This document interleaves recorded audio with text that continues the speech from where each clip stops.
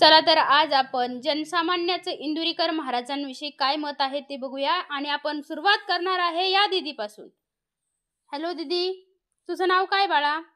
रामेश्वरी. तुझ्या गळ्यात तुळशीची माळ दिसते, ती तुळशीची माळ तू का घातलीस बरं? मी कीर्तनात ऐकलं होतं की तुळशीची माळ खूप पवित्र असते आणि मांसाहार करायचा नसतो म्हणून घातली. कीर्तन ऐकतेस तू? हो, कुणाचं ऐकते? इंदुरीकर महाराजांचं. फक्त? हो, बाकीच्यांचं नाही ऐकत का? ऐकते, पण मला सगळ्यात जास्त कीर्तन इंदुरीकर महाराजांचं आवडतं म्हणून मी त्यांचं जास्त ऐकते. का बरं तुला इंदुरीकर महाराजांचंच कीर्तन आवडतं? कारण ते समाजाबद्दल, मुलींबद्दल असं खूप छान सांगतात आणि हसवतात देखील. मग तुला त्यांनी हसायला लावलेलं आवडतं का? हो तुला त्यांच्याबद्दल अजून काही आवडतं का? हो, त्यांची विनोदी शैली मला खूप आवडते. आता इंदुरीकर महाराजांनी कीर्तन बंद करण्याचा निर्णय घेतला, त्याबद्दल तुला काय वाटतं का? तुला काय प्रतिक्रिया काय आहे तुझी? त्यांनी कीर्तन बंद नाही करायला पाहिजे. त्यांनी जर कीर्तन बंद केलं तर समाजाचा खूप नाश होईल आणि शेतकऱ्याला राजा म्हणणारा माणूस दिसणार नाही, मुली पळून जातील, सुना सासू सासऱ्यांना सांभाळणार नाही. वा, ग्रेट विचार आहेत तुझे, खूप छान विचार आहेत बाळा. इंदुरीकर महाराजांबद्दल तू खूप छान बोललीस. तुला अजून काही इंदुरीकर महाराजांबद्दल सांगावंसं वाटतं का?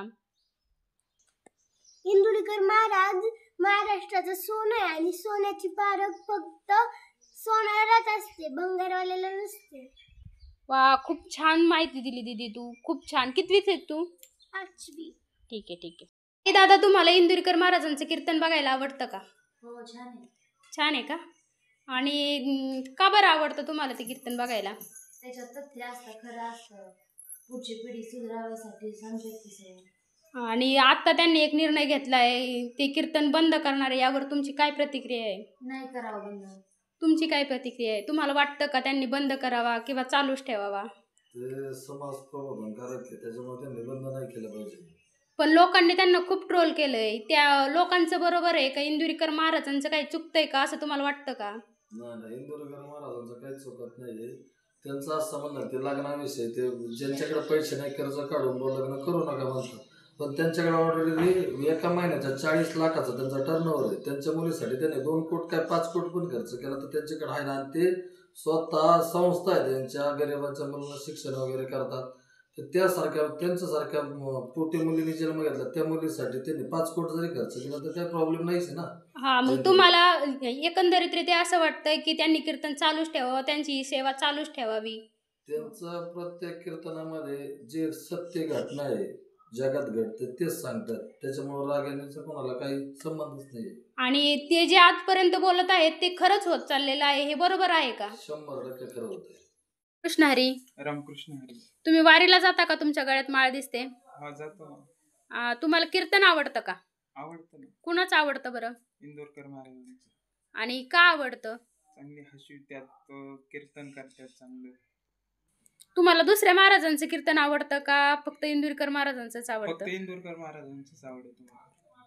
दुसऱ्या महाराजांचं कीर्तन ऐकत नाही का तुम्ही? नाही, इंदुरकर महाराजांचंच ऐकतो.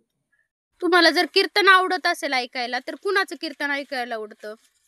इंदुरकर महाराजांचं. बर, का आवडतं बरं? चांगलं सांगतात ते, आणि जे सांगतात ते खरं, त्यांचं खरंच होतं सांगितलेलं. लोकांना पण हसवतात ते, आणि बाकी लोकांना सुद्धा त्यांचं कीर्तन आवडतं. त्यांचं कीर्तन असलं की भरपूर गर्दी असते.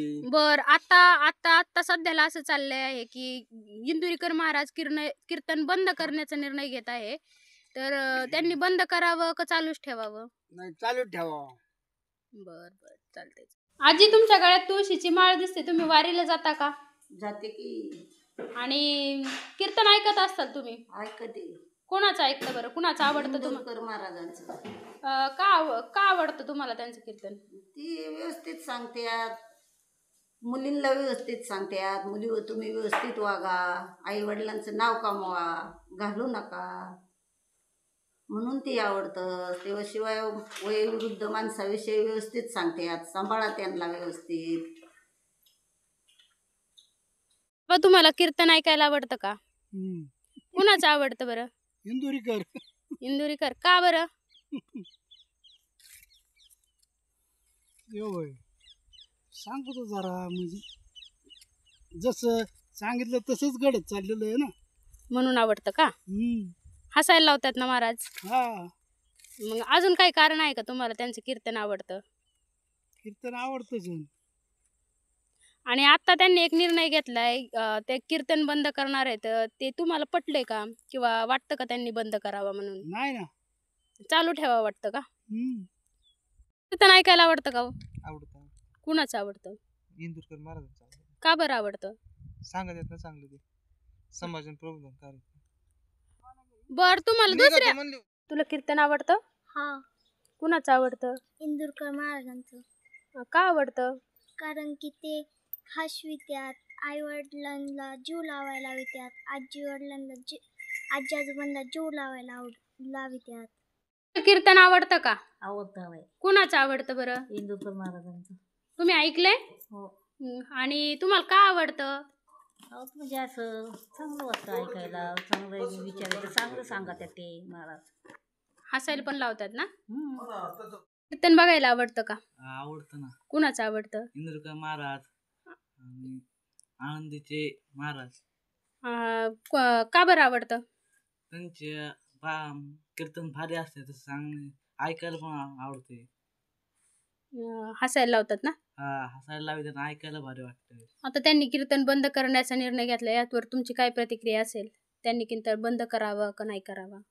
नाही करावं, चांगले कीर्तन अजून करावं यांचं म्हणणं असं. मावशी, तुम्हाला कुणाचं कीर्तन आवडतं? इंदुरकर महाराजांचं. का बरं? चांगलं सांगते ते, सुधराव म्हणून असं चांगलं सांगत ते. पण आता इंदुरीकर महाराज म्हणतात त्यांनी कीर्तन बंद करायचा निर्णय घेतला. आता तुम्हाला काय वाटतं, त्यांनी कीर्तन चालू ठेवावा का बंद करावा? चालू ठेवा. का बरं? चांगलं सांगते, चांगला डोक्यात उजेड पडतो माणसांच्या.